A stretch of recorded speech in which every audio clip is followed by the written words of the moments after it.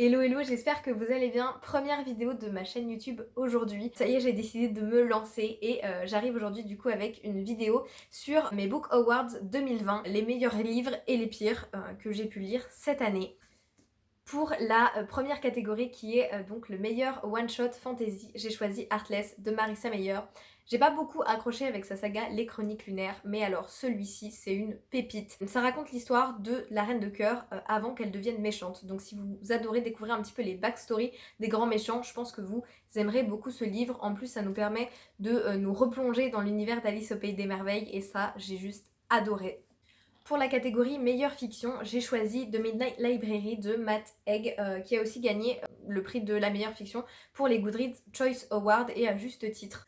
Donc ce livre raconte l'histoire de Nora, 35 ans, qui est une femme très malheureuse et qui décide donc de mettre fin à ses jours. À ce moment-là, elle atterrit à la Midnight Library, qui est une sorte de bibliothèque dans laquelle elle va pouvoir sélectionner des livres et vivre toutes les vies qu'elle aurait pu avoir si elle avait fait des choix différents.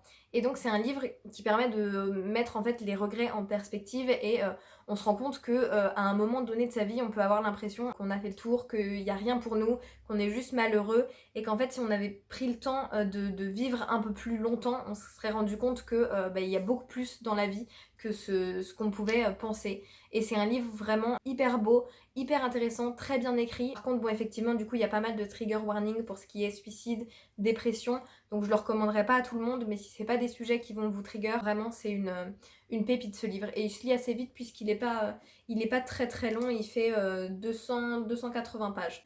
Pour la catégorie meilleure saga, il fallait absolument que je parle de la saga The Raven Boys de Maggie Stiefvater, je sais pas si je le prononce bien, puisque cette saga est tellement sous-cotée, on n'en entend pas assez parler sur Booktube et sur Bookstagram. Alors après, c'est peut-être parce que le résumé ne résume pas bien l'histoire du tout, c'est-à-dire que ça donne l'impression que c'est une romance, alors qu'en fait c'est pas du tout ça qui est au cœur de l'histoire, c'est plutôt quatre personnes qui se sont trouvées, quatre adolescents qui se sont trouvés et qui partent ensemble en fait dans une quête mystique, qui voilà, bon forcément va y avoir de la romance, mais il y a aussi des pouvoirs magiques, des médiums, des fantômes. Donc si vous aimez ce genre d'univers un petit peu mystique avec une quête, celui-ci il est incroyable. Il me semble que les deux premiers tomes sont traduits en français, mais pas le reste de la saga par contre. Pour la catégorie meilleure fantasy young adulte, comment ne pas citer Akotar, donc Un palais d'épines et de roses en français, écrit par Sarah J. Maas, la queen de la fantasy. Si vous aimez tout ce qui est malédiction, univers magique, des livres très character-driven, celui-ci il sera fait pour vous. Les personnages sont hyper attachants, l'univers est hyper riche, il se passe plein de trucs toutes les 2 secondes. C'est un peu spicy, pas trop, mais un petit peu. Donc il y a tous les éléments pour faire de cette saga une des meilleures sagas fantasy, et c'est pour ça que vous en entendez parler partout. Ensuite, pour la catégorie meilleure fantasy adulte, donc ou new adulte, parce que je sais que maintenant il y a le new adulte, je crois que si je dis pas de bêtises, par rapport au young adulte, ça va être des personnages entre 18 et 25 ans plutôt, avec beaucoup plus de personnages un peu morally grey, des problématiques un peu plus poussées et un peu plus de sexe aussi. Et donc dans cette catégorie-là, en premier, on a Ninth House, donc la 9e maison de Lee Bardugo, qui est juste génial si vous aimez les vibes un petit peu Dark Academia mélangées avec de la fantasy. Celui-là, il sera fait pour vous.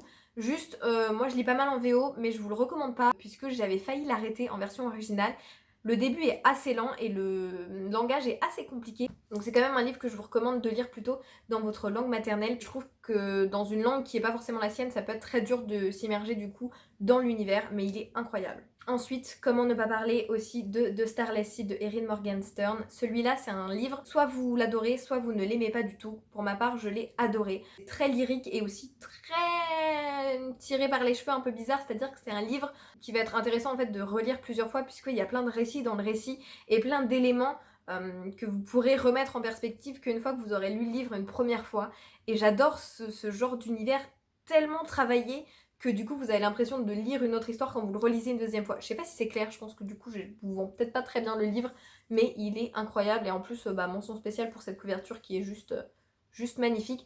Et aussi il est traduit en français. Je l'ai pas lu en français donc je sais pas si la traduction est très juste ou si on perd un petit peu le côté hyper prenant et hyper beau de la plume d'Erin Morgenstern, mais en tout cas voilà, il est traduit en français il me semble. Et ensuite, comment ne pas citer mon auteur préféré, donc V.E. Schwab, avec The Invisible Life of Addie LaRue. Celui-ci, c'est un mélange parfait de livres sur la découverte de soi, mélangé avec de la fantaisie, mélangé avec de la romance. Il est incroyable. J'ai vraiment l'impression que V.E. Schwab, elle a trouvé sa plume, elle a affirmé sa plume dans ce livre-là. C'est l'histoire d'une jeune fille qui ne veut pas se marier dans les années 1700 et qui du coup va passer un pacte avec un dieu, mais sans le savoir en fait, c'est-à-dire qu'elle va demander à être libre et le dieu va un petit peu jouer sur les mots et donc il va la rendre immortelle, mais en échange en fait personne ne se souviendra jamais d'elle, c'est-à-dire que au moment où elle quitte une pièce ou où elle sort du champ de vision de quelqu'un, personne ne se souvient d'elle et donc on va suivre un petit peu son histoire pendant 300 ans jusqu'à ce qu'elle rencontre Henri qui se souvient d'elle. Ensuite, pour la catégorie Dark Fantasy, j'ai choisi donc Nevernight de Jay Christophe. Incroyable. Si vous avez envie de vous lancer dans de la fantasy un petit peu plus dark, avec plus de violence, dit comme ça fait bizarre, mais plus poussé, avec des univers beaucoup plus construits, de l'humour noir, des personnages avec un côté beaucoup plus sombre. Ici, c'est une histoire de vengeance. Celui-ci, il est juste incroyable. La plume de Jay Christophe, elle est hyper prenante. Il y a donc, comme je vous l'ai dit, beaucoup d'humour noir. Ici, il rajoute pas mal de notes de bas de page. Moi, j'ai beaucoup aimé. Ça apporte un côté très humoristique au livre. Je sais que ça n'a pas fonctionné pour tout le monde, mais moi, j'ai adoré. J'ai aussi choisi The Poppy War, donc de R.F. Kuang. C'est un livre incroyable, mais très violent, puisque ça se passe en temps de guerre. Et toutes les violences sont décrites de manière très crue. Donc, il faut être prêt. Mais c'est incroyable si vous aimez tout ce qui est donc un petit peu quand même récit de guerre, fantasy, les dieux, les chamans. C'est un livre qui est vraiment incroyable. Après, j'ai juste un peu de mal dans le fait de vous le recommander, sachant que j'ai détesté le tome 2. Mais il faut savoir que toute la saga est très très bien notée, hein. C'est-à-dire que le tome 2 il a 4,5 sur Goodreads. Mais juste moi je l'ai lu et je ne l'ai pas du tout aimé. Ça a été une sacrée douche froide après ce tome 1. Dans tous les cas, le tome 1 est génial et si ça se trouve vous aimerez toute la saga entièrement. Pour la catégorie meilleure romance, je l'ai pas avec moi puisque je l'ai lu sur ma Kindle, mais c'est Heartstopper de Alice Oseman. Vous en avez sûrement entendu parler. C'est donc un roman graphique qui raconte l'histoire d'amour de Nick et Charlie et j'avoue que je pense que c'est une des romances que j'aime le plus, bon sachant que je suis pas très romance moi en règle générale, mais celle-ci je trouve qu'en fait on a vraiment l'impression que les personnages sont fondamentalement faits l'un pour l'autre et on ressent une alchimie quand on lit le roman, je trouve ça assez fou. Il faut encore que je lise le 3e tome, mais j'adore cette saga. Il me semble que le tome 4 sort en avril 2021. Et en plus de ça, si vous cherchez à commencer à lire en anglais, c'est une super idée puisque les romans graphiques, c'est le meilleur moyen de se lancer puisque vous avez les images qui viennent appuyer un petit peu le texte. Donc ça peut vous aider à comprendre tout ça.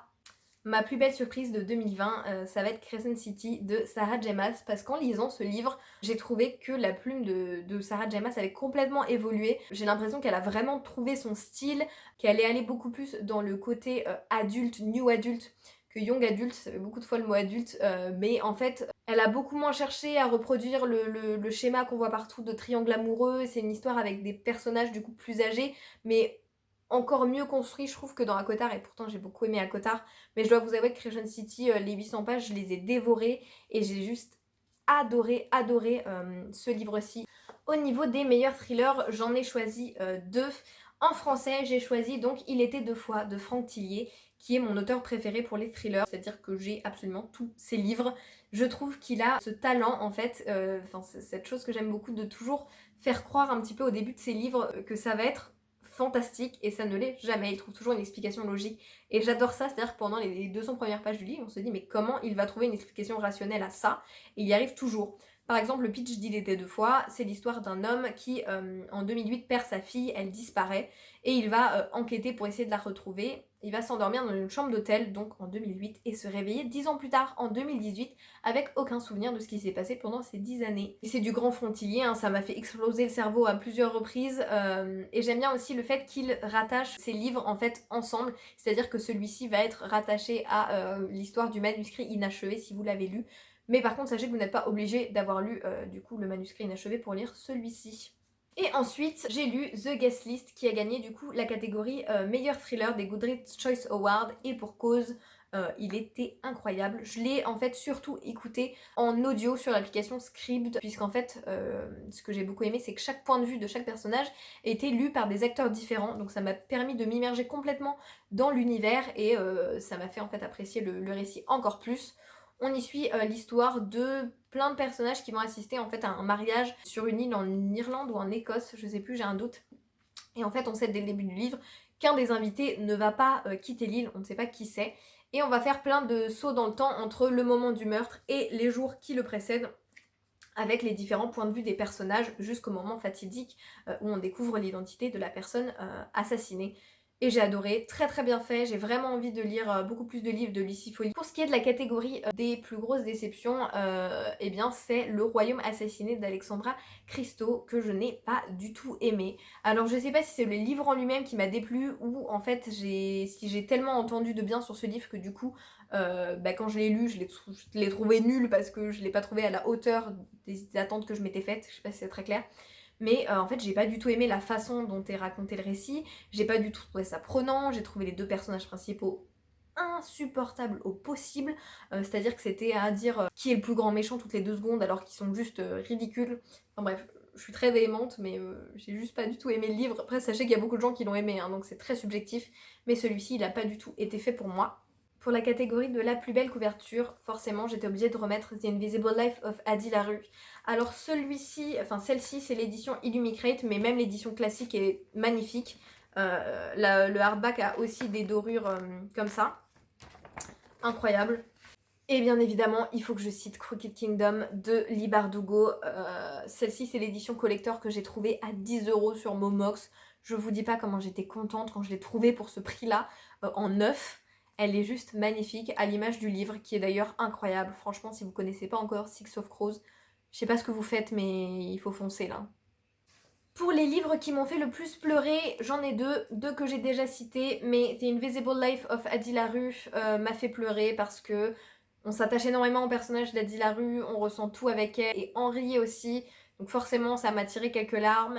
Et celui-ci m'a tiré des larmes, mais pas du tout pour les mêmes raisons, puisque comme je vous l'ai dit un petit peu plus tôt, c'est un livre qui est quand même très violent, et il y a un chapitre en particulier qui décrit des scènes très crues, y compris des scènes de violence sexuelle, et c'est quelque chose où je suis quand même assez sensible, donc j'avoue que ça m'a tiré quelques larmes celui-ci. Donc soyez prévenus, hein, si vous lancez dans la lecture de ce livre-là, c'est un peu compliqué à lire. Et enfin, on finit avec l'award du meilleur auteur, et cette fois-ci du coup j'ai fait meilleur auteur et meilleure autrice. Meilleur auteur, comme vous vous en doutez, c'est Franck Tillier. Franchement, si vous aimez les thrillers et que vous n'avez encore jamais lu Franck Tillier, mais qu'attendez-vous? Non, franchement, vraiment, si vous vous lancez dans un de ces livres, n'hésitez pas à me dire ce que vous en pensez. Je serais ravie de pouvoir en discuter avec vous. Et pour mon auteur préféré, autrice, je sais jamais comment on dit, moi je dis soit auteur avec un E, soit autrice. C'est donc Vi Schwab, pareil, vous attendiez sûrement si vous me suivez sur Instagram, puisque j'ai carrément une étagère qui lui est dédiée dans mon appartement. Mais j'adore cette autrice, j'ai absolument tous ses livres, j'adore absolument tous ses livres. Je trouve qu'elle a une manière de raconter des histoires qui nous immergent complètement dans l'univers à chaque fois, elle crée des personnages toujours hyper attachants. Donc voilà, c'est tout pour cette vidéo, j'espère que ça vous aura plu. N'hésitez pas à me dire ce que vous en avez pensé en commentaire et aussi à me dire quelles ont été vos meilleures et pires lectures de 2020. J'aimerais bien venir en discuter avec vous dans les commentaires. Ciao ciao!